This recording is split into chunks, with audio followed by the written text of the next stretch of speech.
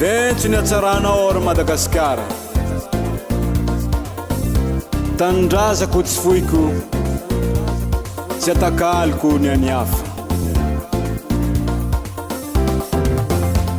Miazakazaky ny vazaha, ambate hijery raha, mandany vola ny turista, jery ny tanitsika fa tena tsara.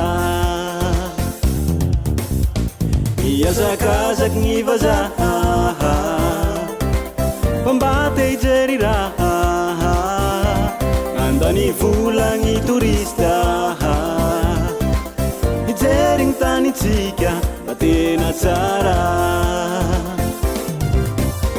Fa tena tsara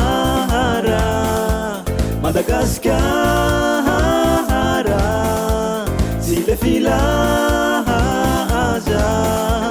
Madagasikara mahatamana. Fa tena tsara Madagasikara, tsy le filaza. Madagasikara mahatamana.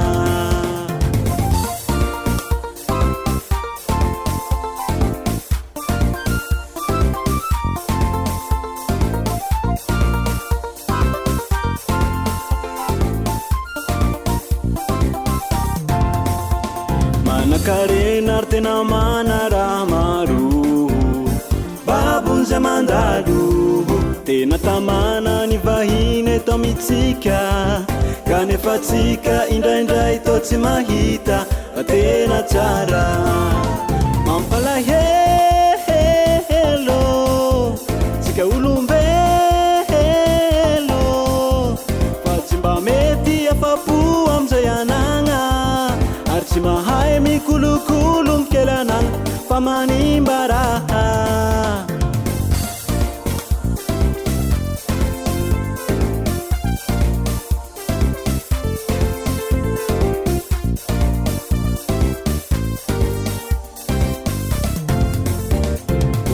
Nisy ny banky iray sampirenena, tomagny fa mahonena, fa mamatsy vola ho an'i Madagasikara.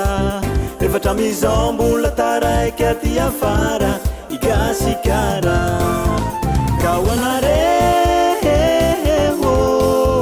zay mitondra eo, mba ho kaheky ny fanangonan-karena, jereo ny tombotso ampirenena mba ho samy tafa.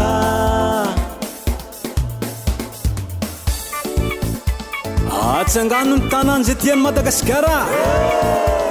Epa, aizatsika malagasy rehetra zay tonga saina. Fa tena tsara Madagasikara, tsy le filaza. Madagasikara mahatamana. Tsara i Gasikara, fa tena tsara Madagasikara, tsy le filaza. Madagasikara mahatamana.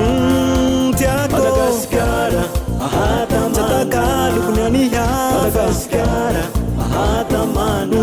Gasikara, Madagasikara.